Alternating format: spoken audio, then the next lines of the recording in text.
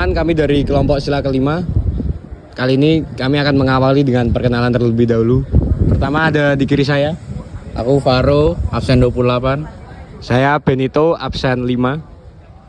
Saya Arsa, presensi 8. Saya Vito, presensi 12. Saya Atan, presensi 4. Dan saya juga Atan, presensi 3. Seperti yang kita tahu, di Indonesia memiliki satu ideologi untuk kehidupan berbangsa dan bernegara, yaitu Pancasila. Pancasila sendiri terdapat 5 sila. Namun pada saat kali ini, kelompok kami berfokus pada satu sila, yaitu sila kelima. Penerapannya bisa kita mulai dari hal-hal kecil dan paling sering kita jumpai, yaitu sekolah. Sebelum kita lanjut ke penerapannya secara mendalam, kita harus tahu dulu nih makna umum dari sila kelima. Keadilan sosial bagi seluruh rakyat Indonesia. Yang artinya semua rakyat Indonesia itu tuh mendapatkan hak dan kewajiban yang sama, yang merata, tanpa memandang ras, golongan maupun suku dan agama. Sekarang kelompok kami akan mewawancarai Daniel Edi Wicaksono, yaitu Ketua Organisasi Kampus Ministeri di SMA Kolosseum Brito. Kami mewawancarainya karena kami melihat bahwa dia sebagai ketua di organisasi dan seharusnya dia bisa melihat dan menerapkan keadilan itu sendiri di organisasinya.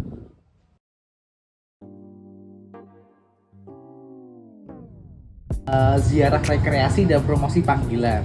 Nah, itu kegiatan itu melibatkan semua. Jadi kita tuh liburan untuk semua, tidak hanya liburan untuk pejabat-pejabatnya aja atau inti dan pusat, tapi juga untuk semua anggota kampus, seluruh keluarga besar, pendamping dan juga siswa. Dan pemilihan tempatnya pun juga adil, dalam artian dikembalikan kepada siswa mau gimana sistemnya. Jika diskusi, kita musyawarah.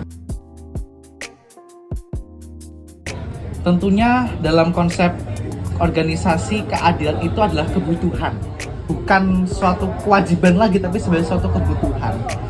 Misalnya kamu bekerja, kamu di pro, kamu tapi tidak mendapatkan apa-apa, kamu tidak mendapatkan yang kamu senangi, kamu tidak di dalam macam-macam, senang nggak? Nah, itulah. Jadi keadilan itu adalah esensi ataupun kebutuhan dasar dari setiap manusia. Mereka butuh rasa aman, mereka butuh rasa ketercukupan atas semua kebutuhan, baik kebutuhan psikis, fisik maupun non fisik ataupun non material gitu. Nah, keadilan ada di situ untuk menghadirkan itu. Tentunya keadilan itu datang ketika kalian melaksanakan kewajiban. Kamu misalkan pengen uang kopi, tapi kamu tidak pernah mengerjain tugas, kamu tidak pernah mendapatkan at least bukti kepada orang tua bahwa kamu itu sedang kerja nih. Gimana kamu bisa dapat uangnya? Maka laksanakan dulu kewajibanmu, baru kamu mendapatkan hakmu. Simpel itu.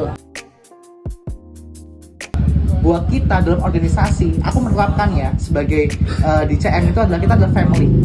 Kamu sama aku tuh posisinya sama kok. Ini juga pengalamanku sendiri karena aku dulu mungkin sebagai CM dulu pernah mengalami jadi anggota. Sekarang alhamdulillah Tuhan mengirimkan aku sebagai ketua. Aku merasa bahwa aku juga anggota kok. Jadi kita semua sama.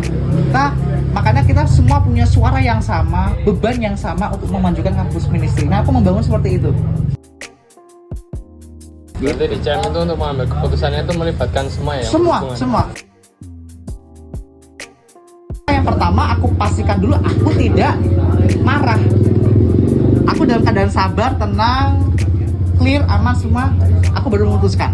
Untuk menciptakan keputusan yang adil, selain dari emosi adalah kamu harus tahu kondisi lapangan seperti apa.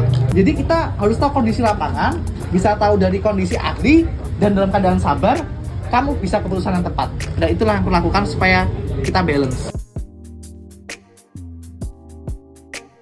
Wah, kami dipertemukan di kaderisasi, kami dilatih untuk menyamakan fisik. Kita tuh melayani untuk Tuhan.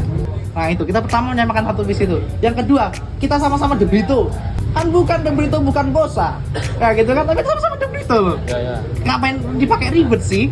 Nah akhirnya kita bangun identitas itu, ada terciptalah family. Kalau kelemahan jelas adalah keunikan masing-masing pribadi. Ada yang emosinya tinggi, ada yang reaktif, mulut gak bisa difilter. Nah itu kadang-kadang itu yang bikin kita nggak adil. Ya, tadi baik lagi karena sudah organisasi yang profesional, maka kami akan memberikan hak jika kamu mengerjakan itu. CM sendiri sudah banyak sekali ruang-ruang itu untuk secara privat dengan ketua-ketua divisi, dengan anggota-anggotanya itu ada pertemuan. Tidak ada forum aja, tapi ada namanya bilik kita. Bilik kita itu adalah sesi private ketua ataupun ketua non liturgi atau liturgi bersama dengan divisinya. Kalau dari kami solusinya ya jelas adalah sering-sering untuk ketemu. Baik dinamika kelompok. Nah itu pelan-pelan tuh ketika kita sudah sering event bareng, kita ada sesi ngobrol bareng, di situ nggak ada